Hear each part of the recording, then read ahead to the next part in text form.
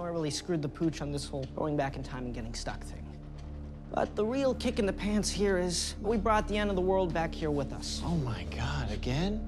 Besides a new end of the world in the 60s, what other surprises will your character face in this new season? Aiden? See, they don't know what this is. This is our cue. Like, do you want to take it? There are certainly many different surprises and little journeys that each of our characters go on. I was very excited reading about the fun scenes that David gets this season. He starts off in a really interesting place, and by the end of it, we're all sort of together, and we're different, but we're the same because we have this history of season one and coming together. But we've all been away from each other for so long. So it's nice to see everybody and see how everybody has changed.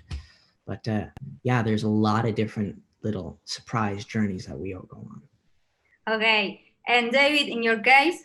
The challenge, just trying to not see it as an audience member when I read the script, because a lot of them were so fun. Like, as Aiden would say, a lot of them was so fun reading it that I had to kind of be like, all right, now I got to get to work, because see it so clearly when they write it. And that could be a crutch, because then you only find yourself playing it one way, so you have to change that to be able to kind of go in there and just, add a little sauce.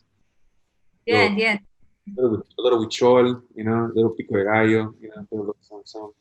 In the second, Five and Diego formed a very fascinating duo. What was it like for you work more time together? Working with David, he is very smooth. Like, you can tell when he walks on set, it gets real. Like, this is going to be the take. You know it because he walks in and he's ready. He's there. He's got his espresso and he's ready to go. They yell action and we're in it. It's very fun working with him. The best thing about Aiden is most of the time he's just doing his scene in loafers, especially his close-up. You can't really see them. No, I need him on. If I don't have the loafers, Five falls apart.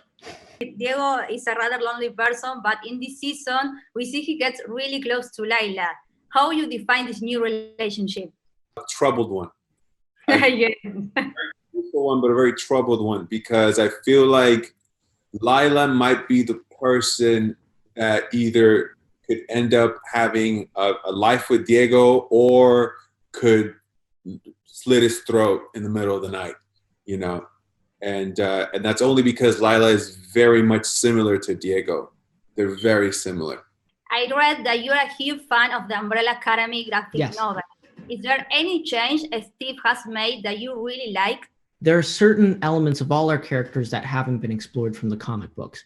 And one of them has to do with something that Robert does. And Steve found a very clever way of achieving it while still maintaining the rules that we set forth for the world that we build in the live action adaptation of this. So there's a very clever development on that front. But all of us, really, Steve really did a good job with the writers and just crafting a well-rounded balance of what do we keep from the comic book to maintain what was interesting about these characters, but also make it accessible to, a TV audience.